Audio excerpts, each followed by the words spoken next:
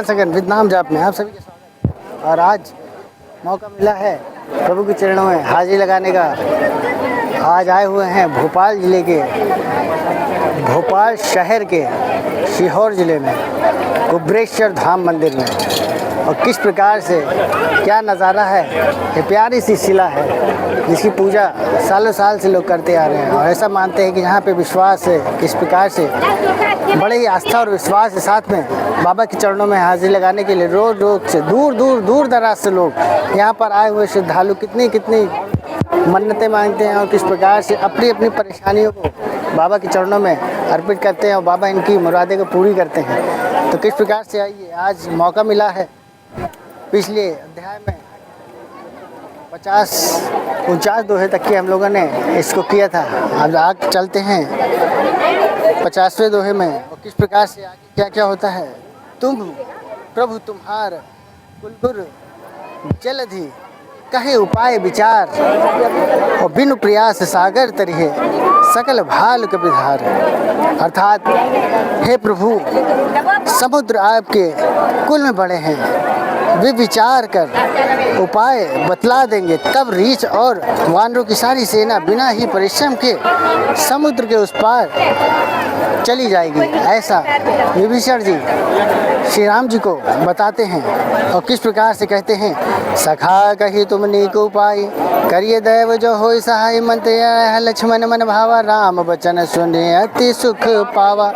श्री राम जी ने बहुत ही कहा कि हे सखा, तुमने अच्छा उपाय बताया है, यही नहीं और यही किया जाए। यदि दैव सहायक हो यह सलाह लक्ष्मण जी के मन को अच्छी नहीं लगी, श्री राम जी के वचन सुनकर, तो उन्होंने बहुत ही दुख पाया।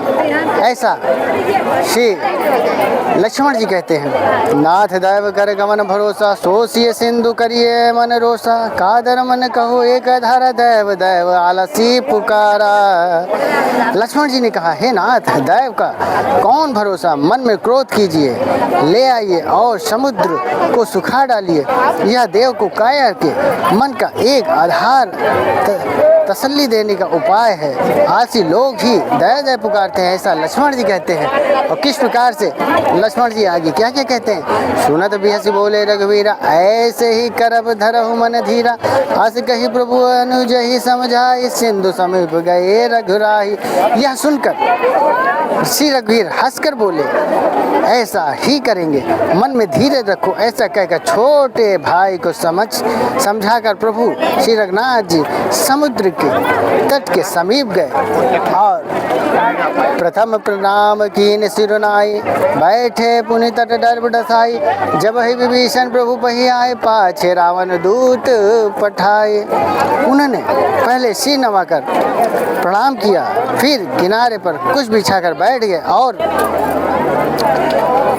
इधर जो ही विभीषण जी प्रभु के पास आए थे, तो ही रावण ने उनके पीछे दूत भेजे।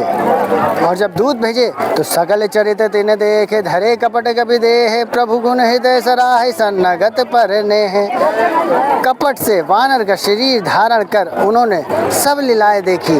वे अपने हृदय में प्रभु के गुणों को और शरणागत उनके स्नेह की सराहना करने लगे। ऐसा करते करते बताते हैं किस प्रकार से कि प्रगट बखान ही राम स्वभाव, आदि सप्रेम का भी श्रीराव, रिपु के दूध कभी ने तब जाने, सकल बांध कपीस पही आने।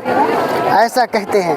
और किस प्रकार से बहुत ही सुंदर सा नज़ारा है आज यहाँ पर, और दूर दूर से श्रद्धालु यहाँ पर आए हुए हैं। यहाँ से मैं अपनी वाणी को यहीं पर विराम दूंगा और आगे नए सुंदर से प्यारे से किस प्रकार से हनुमान जी ने क्या क्या कारनामे किए सुंदरकांड के माध्यम से। प्रगट बखान ही राम स्वभाव, अति सप्रेम कपि श्रीराव, रिपु के दूध कपि ने तब जाने, सकल बांध कपीस पही आने।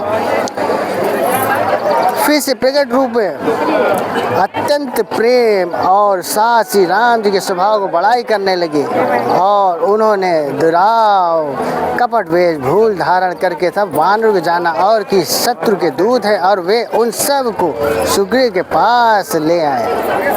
ऐसा जब होने लगा तो किस प्रकार से आगे क्या क्या वार्तालाप होती है। इसी सब बातों के साथ में मैं अपनी वाणी को यहीं विराम देता हूँ और आगे फिर देखते हैं कि किस प्रकार से हनुमान जी और सुग्रीव जी के साथ में किस प्रकार से वार्तालाप होती है।